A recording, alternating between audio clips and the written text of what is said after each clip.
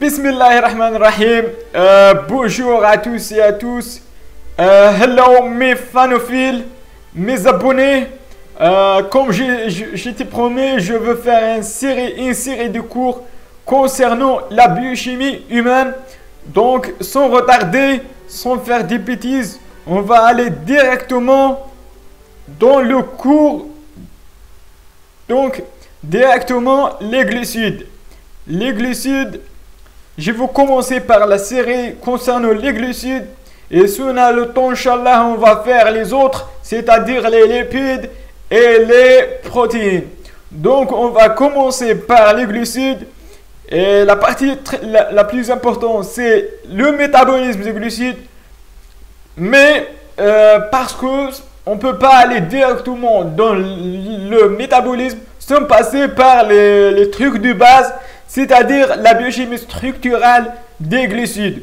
Donc, sans retarder, la définition, en partie d'une petite définition qui est simple. Les glucides, ce sont des molécules organiques dont les carbones sont porteurs de fonction alcool, c'est-à-dire contient deux carbones avec une fonction alcool, c'est-à-dire OH. Cette fonction alcool, soit on dit fonction alcool primaire, soit secondaire. C'est selon la localisation dans la chaîne des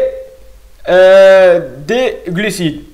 Donc, contient d'une fonction aldéhyde, c'est-à-dire COH, ou fonction cétonique, c'est-à-dire C double liaison O.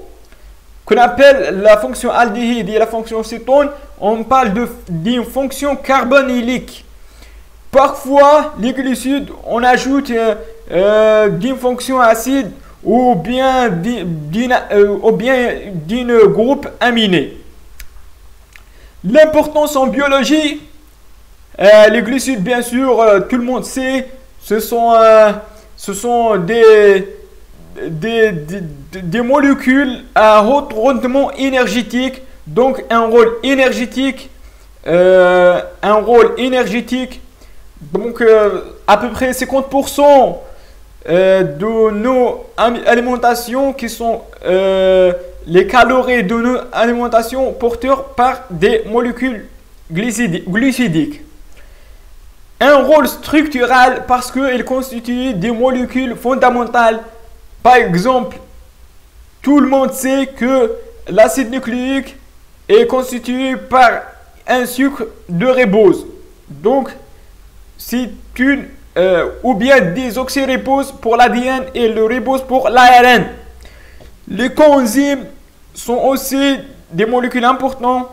Vitamines telles que la vitamine C, c'est une ascorbique, donc c'est une molécule glucidique. La place du glucose.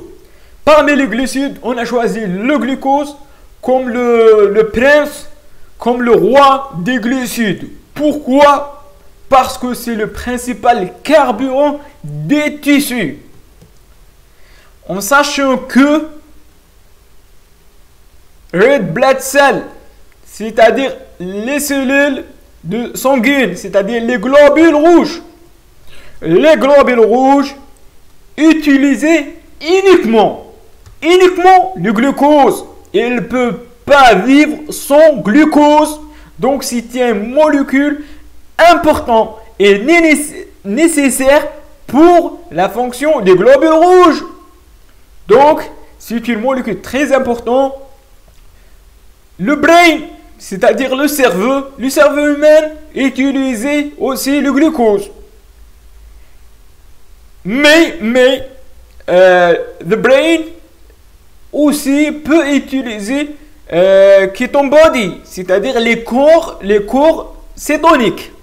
Donc, dernièrement, on a découvert que le cerveau, il peut utiliser aussi les corps cétoniques. Principal carbone des tissus en général, mais il y a des exceptions. Souvent, chaque règle, il y a des exceptions. Et notre exception d'aujourd'hui, c'est le cœur humain. Le cœur, heart. Le cœur, il préfère les acides gras. Le cœur, il préfère les acides gras. Mais en général, le glucose, c'est le principal carburant de tous les tissus, le foie, les reins, comme vous voulez. Il préfère les glucoses. Donc, c'est le seul carburant des fœtus humains. Tous les glucides alimentaires sont absorbés sous forme de glucose ou convertis au glucose dans le foie. Donc, le foie, c'est l'usine de l'être humain. Donc, classification du glucide.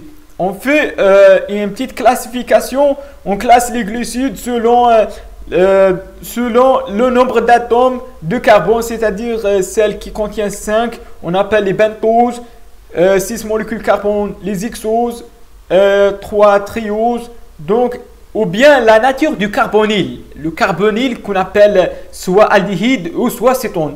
Donc, les aldéhydes, on appelle les aldoses. Les cétones, on appelle les cétoses. La combinaison de deux ces critères caractérise l'os. L'os, c'est-à-dire le sucre. Donc, aldohexose, c'est-à-dire une fonction aldéhyde, il contient 6 molécules de carbone, 6 atomes de carbone. Cétopentose. Pentose, c'est-à-dire 5. Cétose, c'est-à-dire contient des fonctions cétoniques, etc.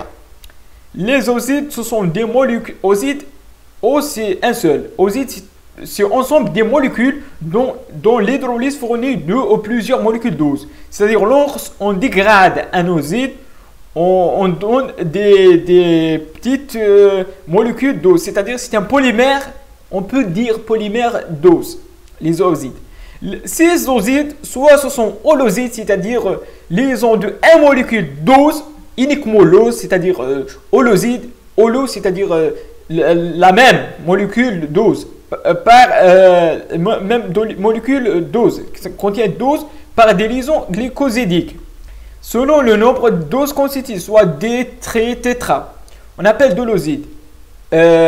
Oligoside jusqu'à quelques dizaines d'oses. Polyside, quelques centaines d'oses. Comme le cellulose et l'amidon. L'hétéroside, il donne par hydrolyse de l'ose plus autre chose qu'on appelle aglycon. C'est-à-dire un ose, c'est-à-dire partie sucrée, plus une autre partie non sucrée. C'est hétéro, n'est pas comme holo. L'holoside, c'est seulement les molécules d'ose, n'importe quel type d'ose, mais l'hétéroside, il donne par l'hydrolyse de l'ose plus une autre molécule qu'on appelle aglycon. Liaison à des protéines donnent des glycoprotéines, à des lipides donnent des glycolipides. Donc c'était seulement introduction les glucides. On va faire le cours prochain, c'est-à-dire un cours très intéressant. On va commencer par les os, la structure linéaire. Pourquoi pas, on va faire aussi la structure cyclique des os. On parle des os les plus importants dans l'organisme humain, dans la biochimie, glucose, fructose, les autres. Donc, je vous laisse à la prochaine, Inch'Allah, on va continuer la série de vidéos concernant la biochimie humaine. Donc, je vous remercie. À la prochaine, Inch'Allah. Soyez motivants, soyez